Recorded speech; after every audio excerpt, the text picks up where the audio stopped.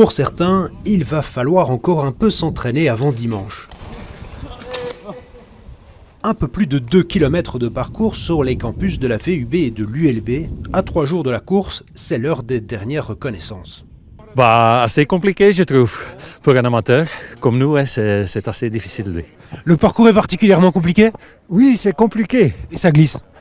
Et ça glisse maintenant déjà. Je ne suis pas un cyclocrosseur. Je vais en bicyclette au travail, je cours, mais ça, c'est autre chose. Et avec les conseils d'Erwin ?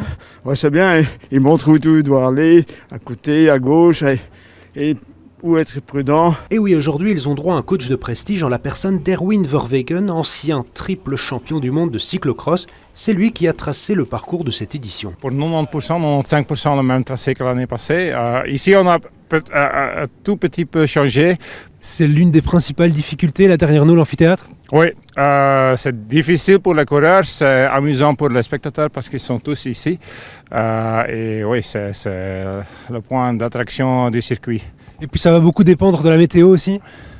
Oui, maintenant c'est déjà assez mouillé, donc je pense que dimanche les coureurs doivent courir. Il faut dire qu'une telle course sur le campus de la VUB, c'est tout ce qu'il y a de plus logique. L'université est à la pointe en termes de la recherche sur la physiologie de l'effort. Et dans cette pièce, il est même possible de recréer des atmosphères.